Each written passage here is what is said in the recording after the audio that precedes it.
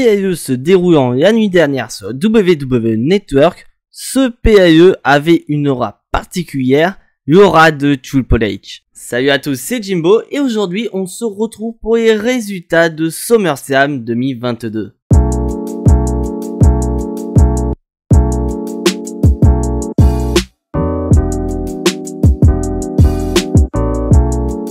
Bon, en voyant ma tête, je pense que vous avez deviné. J'ai vu le pay-per-view en direct, donc couché à 6 h du matin, ça pique un peu. Mais au vu de ce qui s'est passé à SummerSlam, je ne suis pas déçu d'être resté réveillé jusqu'au bout. Mais là où j'ai été déçu, c'est l'absence de kick-off. Donc on va passer directement à la carte principale. Let's go! Un opener de dingue. Pour démarrer ce SummerSlam 2022, on va démarrer par le match opposant Bianca Belair et Becky Lynch. Bien que ce match est un rematch entre les deux catcheuses, je ne suis pas déçu de ce match.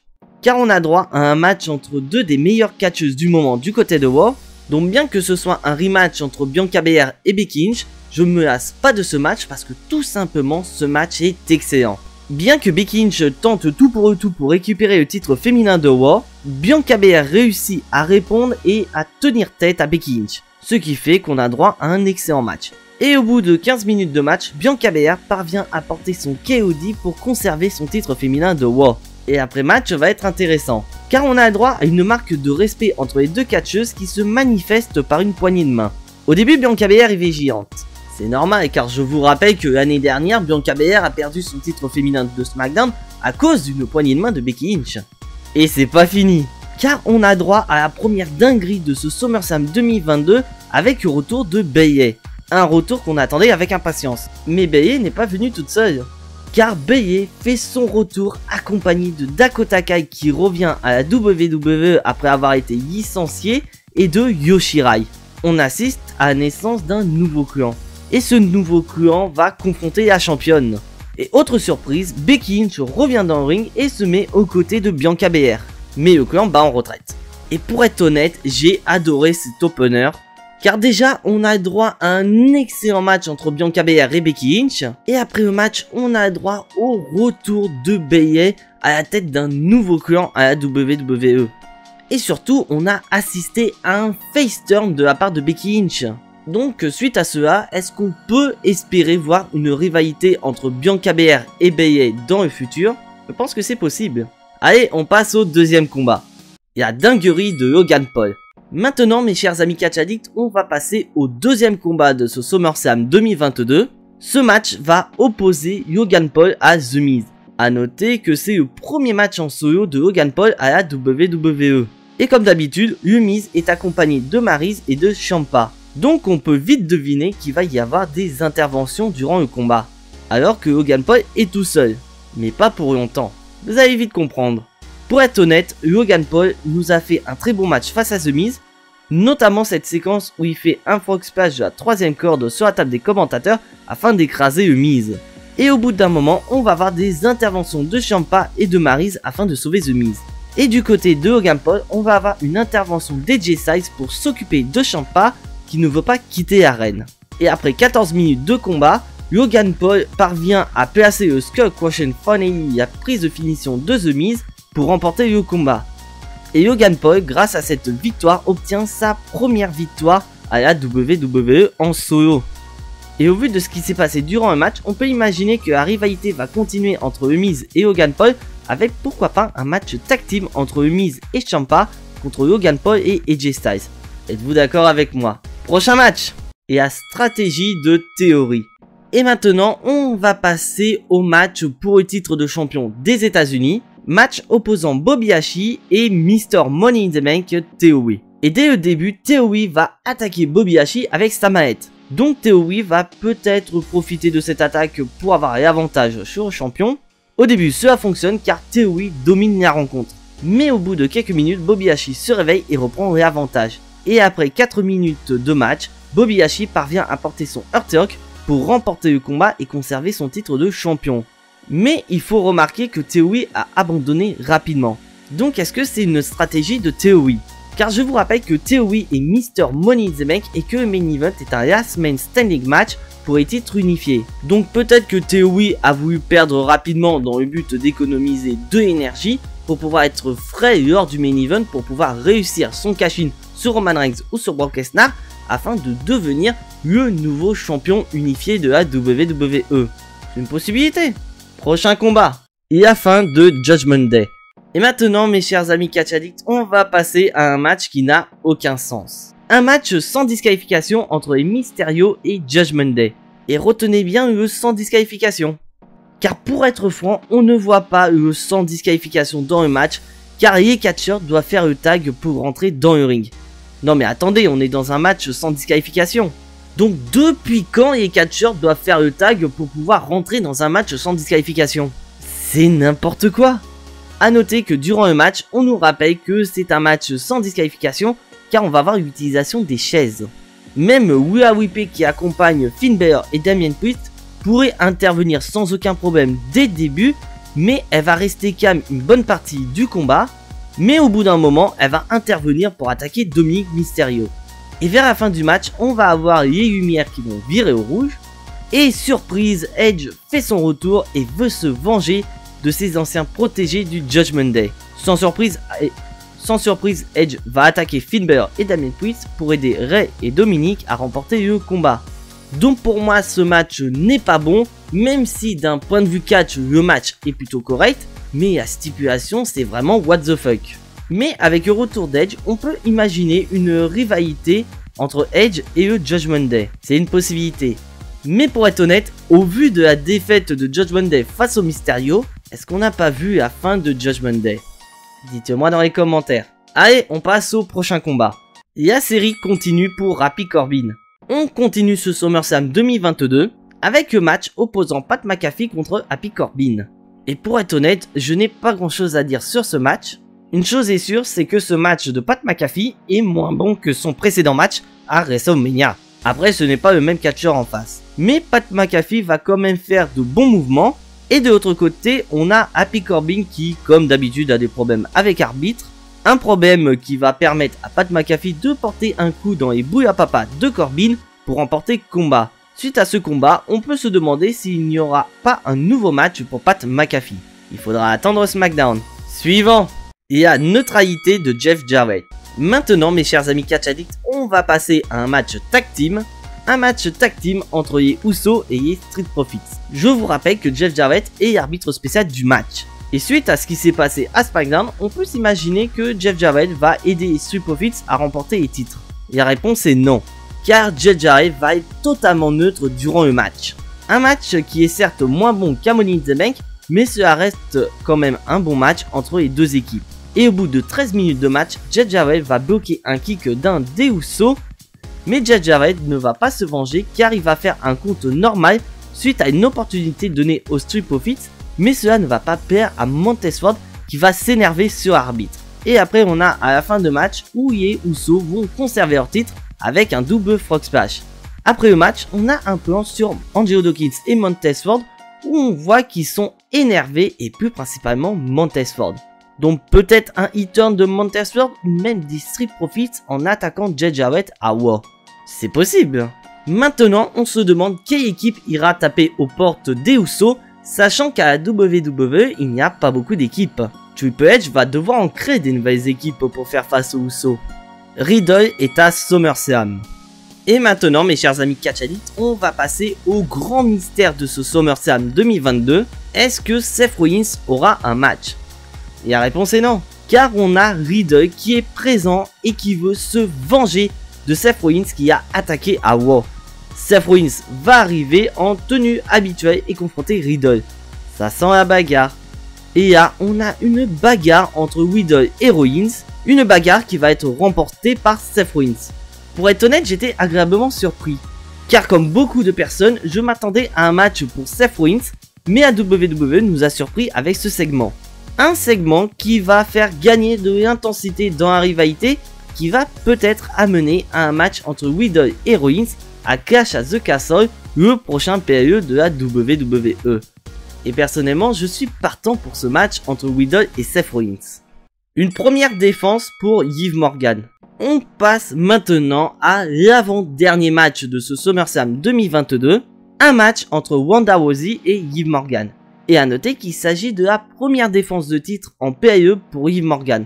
Et cela se ressent à l'entrée de Liv Morgan car on voit que la championne est stressée. On va avoir droit à 5 minutes de combat plutôt pas mal entre les deux catcheuses. Et à la fin du match, Ronda Rousey va réussir à porter sa prise de soumission à Liv Morgan.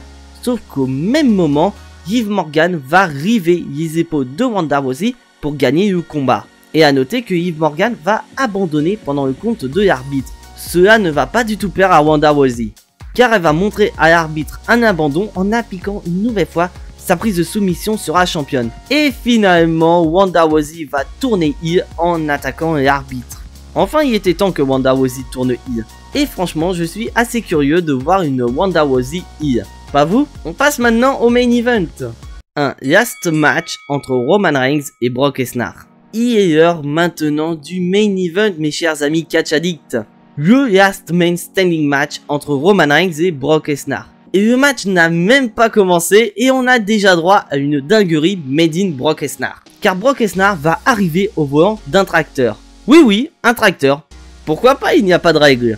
Et le match va démarrer comme un boulet de canon car Brock Lesnar va sauter du tracteur pour attaquer le champion. Et pour être honnête, ce match est le meilleur match de Brock Lesnar contre Roman Reigns. On a vraiment un choc des titans à SummerSlam. Et là, on va avoir la dinguerie de ce SummerSlam 2022. Car Brock Lesnar va utiliser son tracteur pour soulever le ring et faire tomber Roman Reigns. C'est bordel total. Lesnar va même attaquer Paul Heyman en le faisant passer à travers la table des commentateurs avec un F5. Et à noter que c'est la deuxième fois lors du show que la table des commentateurs est brisée. Et la table n'est pas restée forte. Et on nous rappelle que Theory est Mr. Money in the Bank car ce dernier va vouloir cash-in.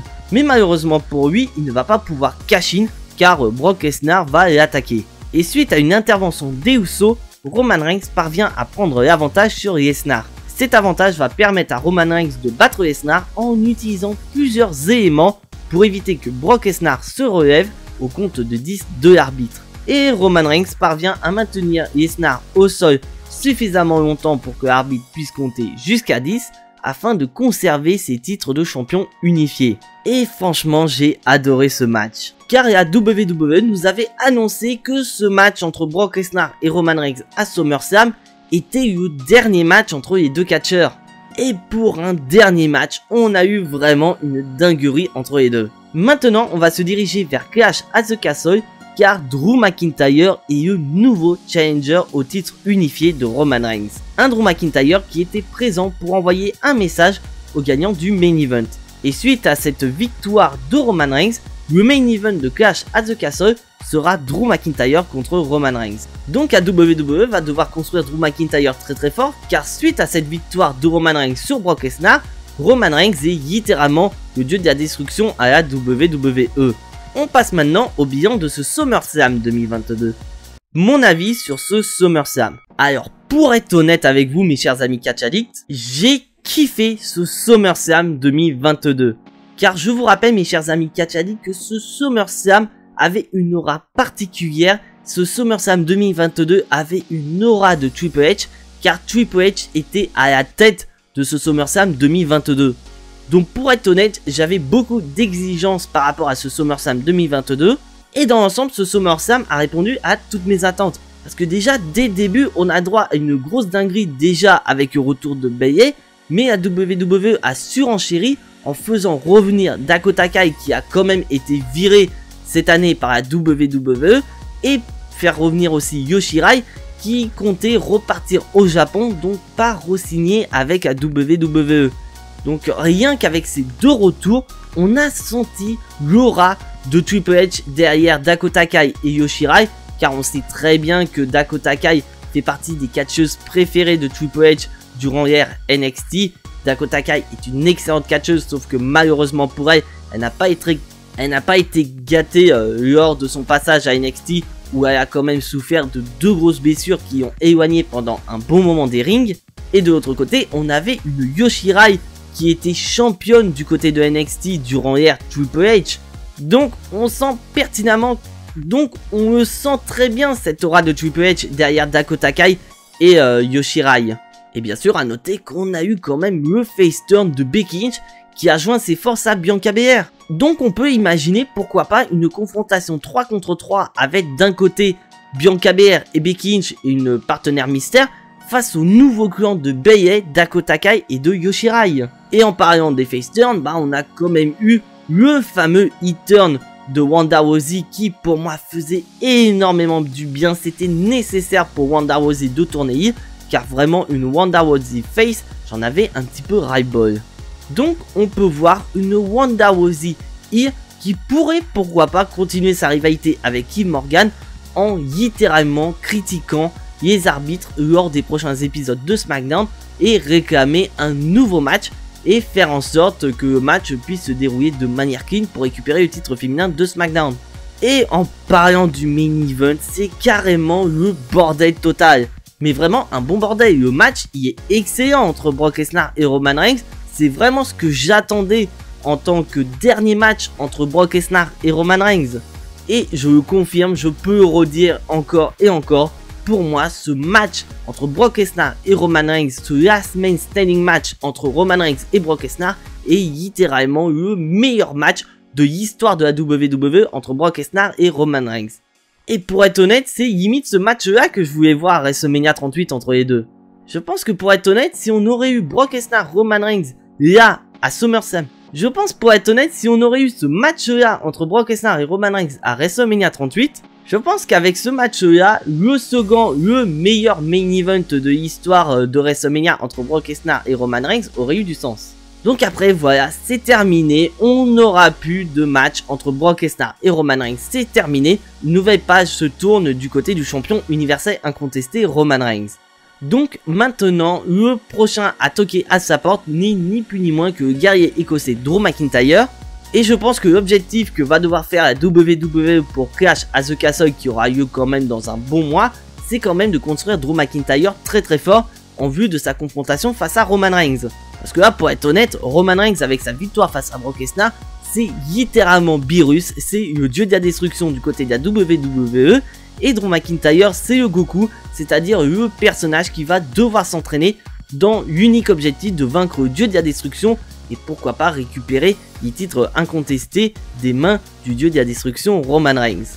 Donc si je devais donner une note à ce SummerSlam 2022, je mettrais un très bon 8 sur 10, un 8 sur 10 très encourageant, car pour être honnête, ce premier PLE sous l'ère Triple H est tout simplement excellent et ça peut donner que du bon côté pour la suite des événements chez WWE, notamment pour le prochain PLE Clash at the Castle et surtout pour les rivalités qui vont arriver pour Clash at the Castle.